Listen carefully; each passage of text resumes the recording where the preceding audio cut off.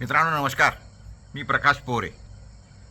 पुन्हा दुसऱ्यांदा मला तुमच्यासमोर यायचं काम पडतं आहे. त्याचं कारण असं आहे की ह्याच्या अगोदर आपण एक व्हिडिओ पोस्ट केला होता की असे आपल्याला कर्जमुक्तीचे फॉर्म भरायचे आहेत.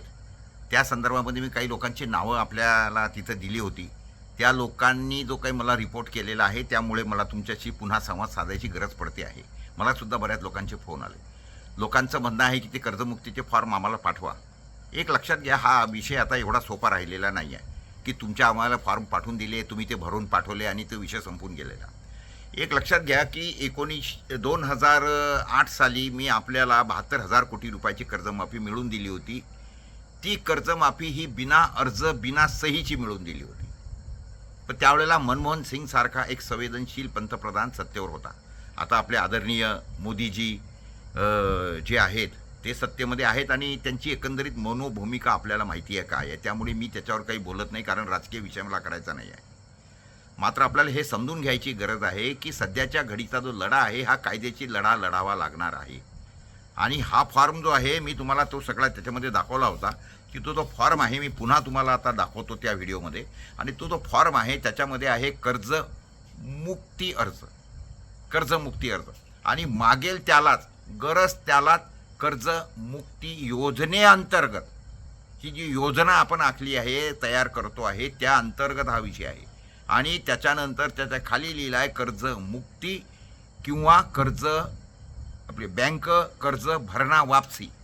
ज्या लोकांनी बँकेत कर्ज भरलं असेल 31 मार्चला, म्हणजे ते काय मूर्ख ठरणार आहेत का जर आलेल्या लोकांची कर्जमाफी झाली तर?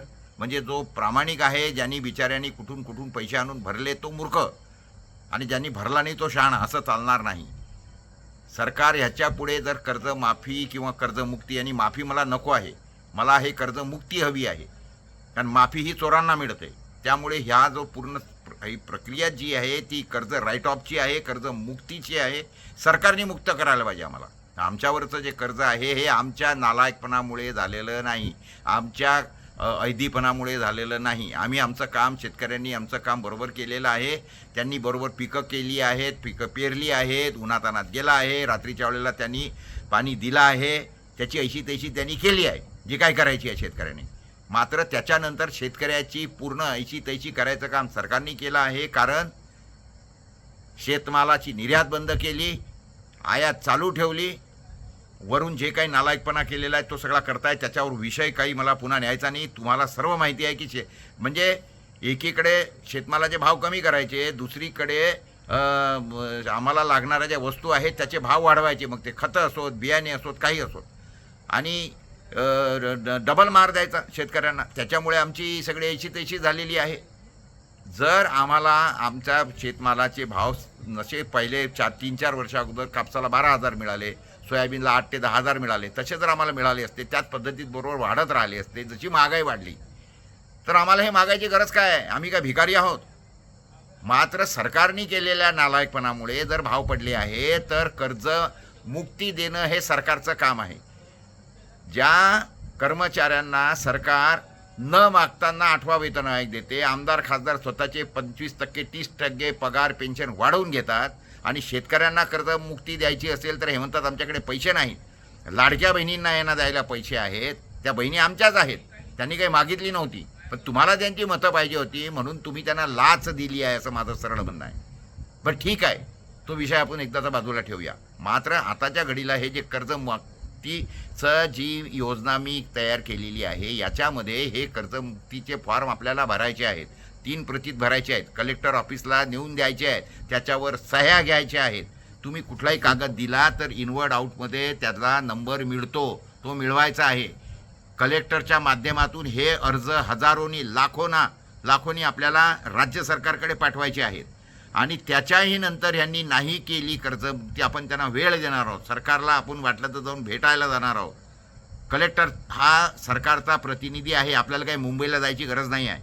आपल्या जिल्ह्यातील कलेक्टरला आपल्याला हे द्यायचं आहे, आणि ते अर्ज दिल्यानंतर त्याच्याकडून पोच घ्यायची आहे आपल्याला. हे त्याच्यानंतर 3रा अर्ज माझ्याकडे राहणार आहे, म्हणजे आपल्या हेड ऑफिसला राहणार आहे इथे, आणि याचं सगळं संगणीकरण करून ह्याची पूर्ण यादी कुठे दिली, किती वाजता दिली, काय शेतकरी त्याच्याचं कर्ज किती, ही सगळी माहिती जे कर्जात दिल्याप्रमाणे ही आपण राज्य सरकारला पाठवणार आहोत.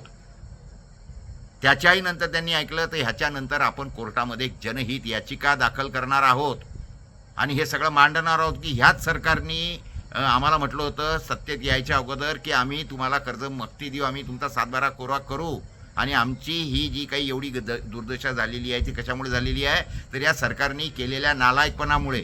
त्यामुळे जनहित याचिका दाखल करू आपण आणि जनहित याचिका ही कोर्टामध्ये लढावी लागणार आहे. जशा पद्धतीने मी याच्या अगोदर आत्महत्या केलेल्या शेतकऱ्यांच्या करिता जनहित याचिका टाकली होती, त्याच्यामुळे लाख रुपये मिळतात. 2004 सालीची आज 20 वर्ष झाल्यानंतर ते लाखच आहेत. तिकडे त्या याच्यामध्ये मरतात महाकुंभामध्ये त्याला सरकार 25 लाख देतं आणि सरकारच्या नालायकपणामुळे शेतकरी जो मरायला टेकला आहे त्याच्यामुळे हताश होऊन तो निराशा होऊन तो आत्महत्या करतोय. त्याला मात्र लाख रुपये देताना सरकारला देव आठवतात. 100 लोक मरतात तर त्यातल्या 30-40 लोकांना देतात, बाकीच्यांना देत नाहीत. जो काही नालायकपणा चालला आहे मित्रांनो, हा सगळा आपल्याला जर थांबवायचं असेल तर तुम्हाला घराबाहेर निघावं लागणार आहे. घरीच झालं पाहिजे असं होणार नाही. सध्याच्या घडीला तुम्हाला हे सगळं समजून घ्यायचं असेल तर तुमच्या गावामधले जे कोणी 1-2 लोक समजदार असतील अशा लोकांना माझ्याकडे पाठवा.